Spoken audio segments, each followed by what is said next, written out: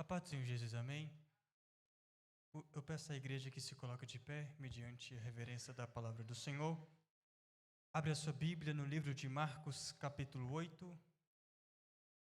Marcos, capítulo 8, versículo 22 ao versículo 26. Marcos 8, versículo 22 ao versículo 26. Diz assim a palavra do Senhor: E chegou a Betsaida, onde lhe trouxeram um cego, e rogaram-lhe que o tocasse.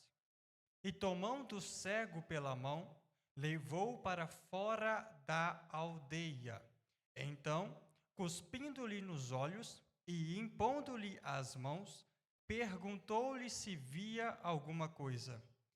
E levantando ele os olhos, disse: Vejo os homens, mas os vejo como árvores que andam. Depois disto, tornou a pôr-lhes as mãos sobre os olhos e fez olhar para cima. Então ele ficou restaurado e viu cada homem claramente. Versículo 26. E mandou para sua casa, dizendo: Nem entres na aldeia, nem o digas a ninguém na aldeia. Vou repetir: nem entres na aldeia, nem o digas a ninguém na aldeia. Pode se sentar, igreja. Aleluia. Igreja do Senhor. O capítulo 8 inicia-se com uma grande multiplicação. A segunda multiplicação de pães e peixes. Depois de haver esta multiplicação, a Bíblia relata que Jesus entrou num barco com seus discípulos e foi para uma região chamada Dalmanuta. Esta região é uma região pouco conhecida. É uma região em que podemos concluir que era esquecida. Mas agora Jesus está indo para esta região. E como todos nós sabemos, toda a região que Jesus andava, ele operava milagres. Toda a região que Jesus ia, ele fazia algo extraordinário, seja em milagres, seja em ensinamentos, seja em sua humildade, seja na forma dele ensinar com autoridade. E em Dalmanuta, o propósito também não era diferente. Era uma região desconhecida.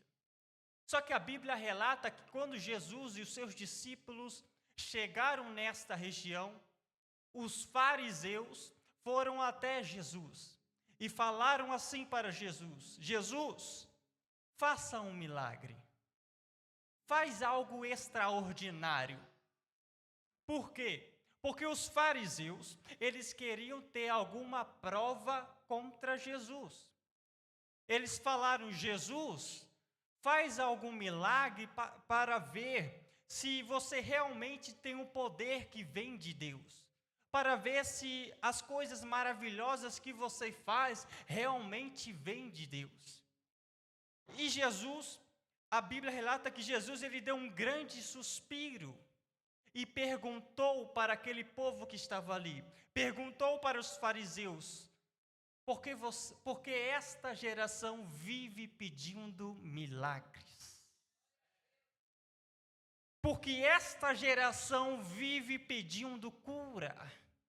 Porque esta geração só quer saber de ser curado, só quer saber de milagres, sendo que eu sou o dono do milagre, sendo que eu sou o dono da cura. E esta geração, eu assemelho à geração atual, que só busca o Senhor para ter milagres, que só busca o Senhor para ser beneficiado, que só adora ao Senhor, que só dobra os seus joelhos para pedir algo ao Senhor Jesus Cristo. Mas Ele é o dono, Ele é o Pai. E Jesus, além de dizer aquelas palavras, perguntando para os fariseus, sabe o que Jesus afirma? Jesus, ele diz o seguinte: nesta região não vai haver poder, nesta região não vai haver milagres. Corações que têm desejos de se opor a mim, eu não vou operar. Corações endurecidos, eu não vou operar. Corações que estão com malícia, eu não vou agir, eu não vou fazer milagres, eu não vou curar. Nesta região não vai haver poder. Nesta região não vai haver milagres. Como eu já disse, a região de Dalmanuta não era conhecida. E tem muita gente que também é como esta região, não é conhecido, ninguém sabe dele ou dela. Só que aí Deus, ele olha com um olhar de misericórdia e fala: eu vou dar uma oportunidade, eu vou entrar com a benção, eu vou fazer algo extraordinário. Só que aí a pessoa, o olho da pessoa fica maior, fica gordo, a inveja toma o seu coração, a arrogância, a ganância de querer mais toma o seu coração, aí Deus fala: não vou mais operar, não vou mais agir. E tem muita gente, seja cristão ou não, que deixou de ser conhecido, deixou de crescer ministerialmente, deixou de crescer espiritualmente, porque a ganância tomou conta do seu coração, porque a inveja tomou conta do seu coração, porque a mentira tomou conta do seu coração. Deus, ele não age em corações que é endurecido. Deus, ele não age na vida de pessoas que só quer o mal, que visa o mal, que tem um objetivo maléfico. Reflita sobre isso. Porque até hoje você não cresceu numa certa área? Qual é a sua intuição? Mude hoje. Aí a Bíblia relata que, mais uma vez, Jesus e os seus discípulos entraram no barco e foi para o leste do mar da Galileia.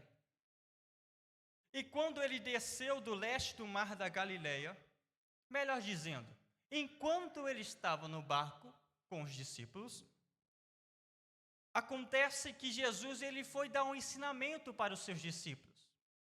Lembrando a igreja que no início do capítulo 8, o que houve? A multiplicação de pães e peixes.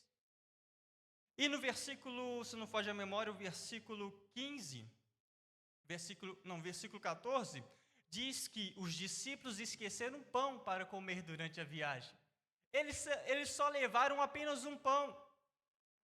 Só que no versículo 15, Jesus, ele fala o seguinte: discípulos, não guardai-vos fermento dos fariseus e nem fermento de Herodes. Aí você me pergunta, o que isso tem a ver? Qual é a mensagem de Jesus com este ensinamento? É simples.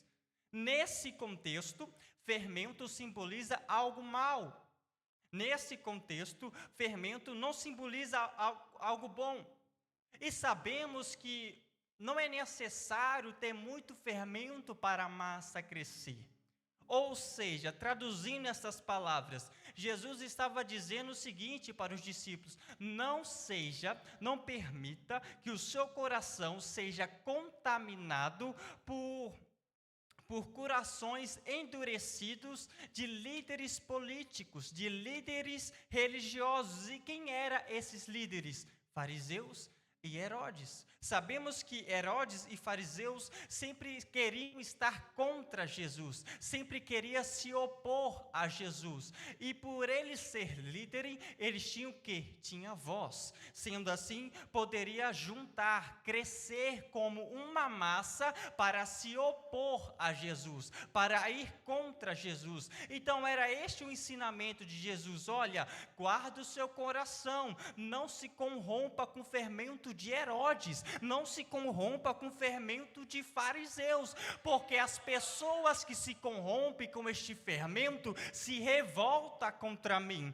É por isso que nos dias de hoje há muita gente revoltada com Jesus. É por isso que nos dias de hoje há muita gente que é ateu, não acredita em Deus. É porque deu ouvido, permitiu que o seu coração entrasse fermento de fariseu, entrasse fermento de Herodes. Aí Jesus está dizendo: guarda o seu coração, igreja, guarda a sua coroa, para que ninguém venha roubar. Oh, aleluias! Guarda o seu coração. Mas sabe algo engraçado? É que os discípulos, eles não entenderam dessa maneira. Os discípulos não entenderam assim. Sabe o que os discípulos entenderam? Os discípulos começaram a falar, a discutir um com o outro, dizendo: Jesus está dizendo isso porque a gente esqueceu de trazer os pães e só trouxe um pão. Olha a mentalidade dos discípulos. Eles não entenderam a mensagem de Jesus. Jesus, estando no barco, ouviu eles murmurarem e questionarem, olhou para os discípulos e disse: vocês não entenderam o que eu disse? Será que vocês não estão percebendo qual é a minha mensagem? Aí Jesus começa a ir mais a fundo. Vocês têm olhos e não veem, têm ouvidos e não escutam, será que vocês não me entendem? Aí Jesus começa a pesar um pouco a mão. Ele diz: lembra quando eu tive 5 pães, multipliquei e alimentei 5.000 pessoas? Quantas cestas sobraram? Os discípulos responderam: sobraram 12, Jesus. Aí Jesus continua este sermão: lembra que eu tive apenas 7 pães, multipliquei e alimentei 4.000 pessoas? Quantas cestas sobraram? Os discípulos responderam: sobraram 7, Jesus. Aí Jesus, ele conclui dizendo: será que ainda vocês não entenderam a minha palavra? Será que ainda vocês não entenderam a minha mensagem? Sabe o que Jesus está falando com essas indagações? Sabe o que Jesus está falando com essas perguntas? É simples a resposta. É que os discípulos, eles estavam com o quê? Com cegueira espiritual. Como é que pode que os discípulos estavam discutindo por ter apenas um pão no barco, sendo que antes Jesus havia feito 2 multiplicações de pães e peixes? Como que isso é possível, eles estarem discutindo por não ter alimento, sendo que Jesus havia multiplicado pães e peixes? E por muitas vezes eu e você, igual esses discípulos, reclamamos, murmuramos, discutimos com nossos irmãos, querendo algo de Deus, o porquê dessa situação, o porquê dessa prova. Mas Jesus está dizendo nesta tarde, Jesus está dizendo neste dia: lembra das bênçãos que eu te dei, lembra das maravilhas que eu fiz, lembra dos livramentos que eu te dei. Aleluias! Lembra dos livramentos que Ele nos concedeu, lembra das bênçãos que Ele permitiu que a gente tivesse. Acontece que, depois disso tudo, os discípulos ficaram calados. Lembra-se, eles estavam com o quê? Cegueira espiritual. E sabe qual é interessante? É que sabe qual a região que eles desceram do barco? Uma região chamada Betsaida. Versículo 22. Betsaida no hebraico significa casa de pesca. E todos nós sabemos que para pescar exige o quê? Paciência. Exige paciência. E a Bíblia relata que quando eles desceram, uma aldeia, um povoado, vai até Jesus, traz um cego e fala com Jesus: Jesus, cura este homem. Você consegue perceber a semelhança desse povoado, dessa aldeia para com os fariseus?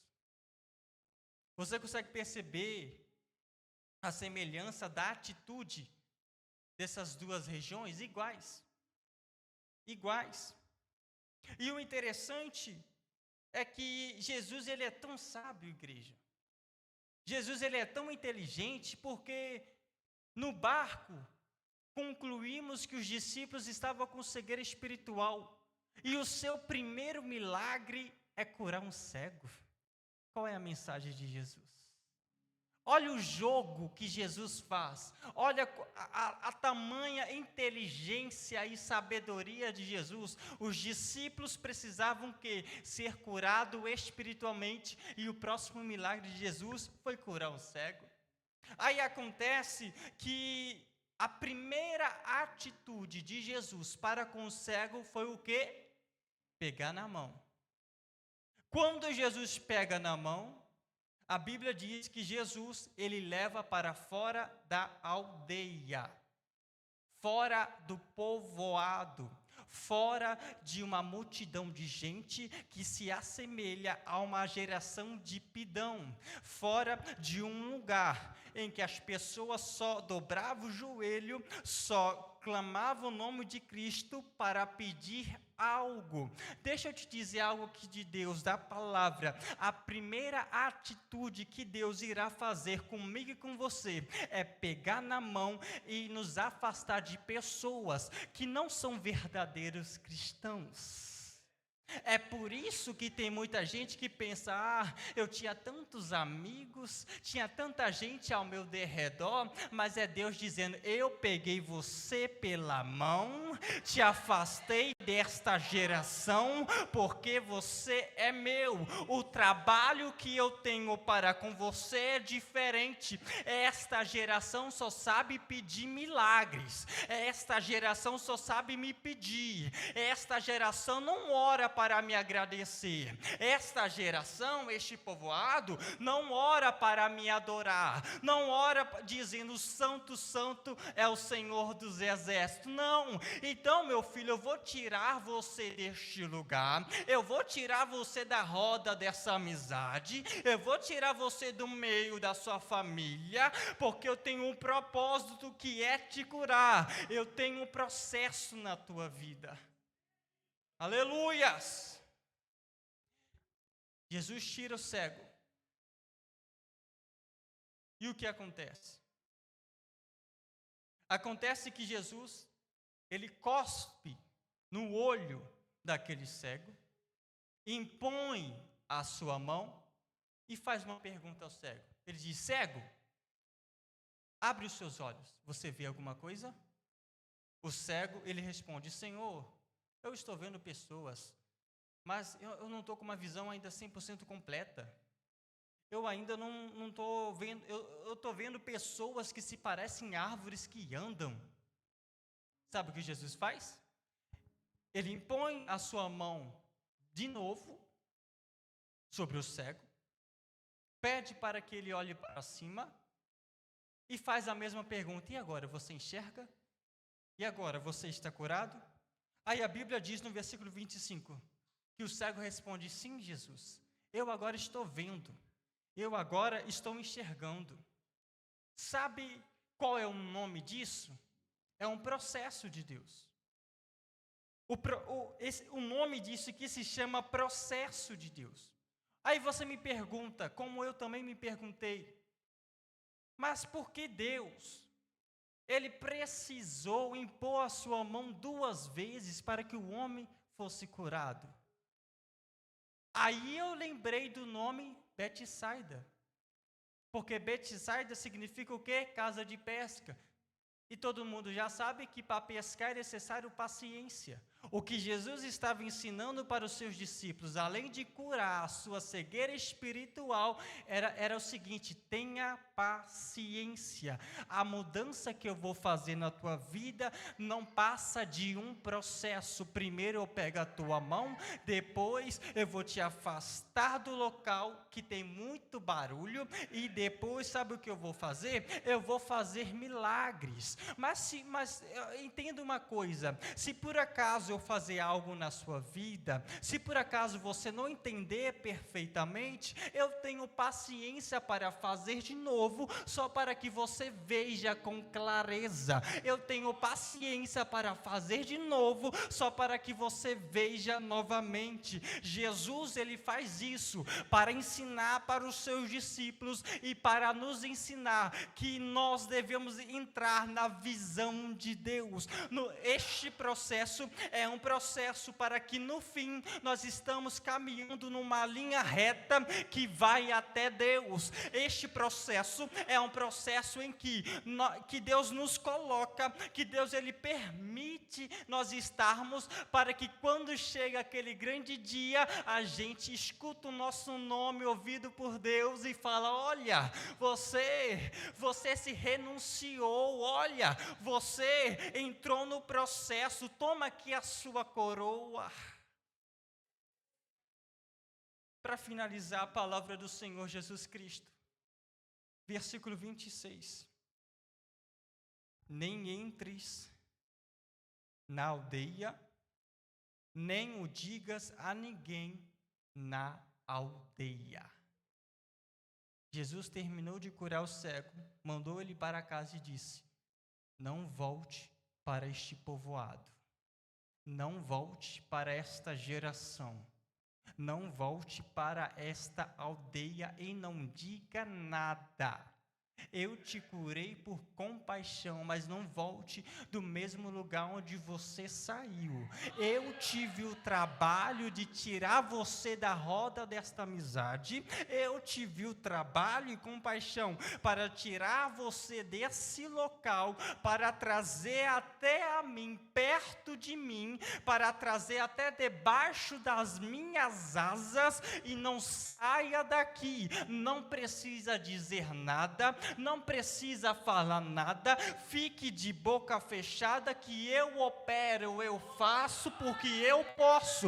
E se a igreja entende esta palavra, por gentileza, fica à vontade em adorar, porque isso não passa de um processo, isso é o processo de Deus, entenda. Eu sei que está difícil, eu sei que está doloroso, mas é Deus tirando pessoas na tua vida. Eu sei que que machuca o seu coração, mas é o processo que vai fazer você entrar na visão de Deus, na visão de ganhar almas, na visão de entrar no reino, na visão de estar junto com Ele, aleluias. Este é o processo de Jesus na sua vida, este é o processo de Jesus em nossas vidas.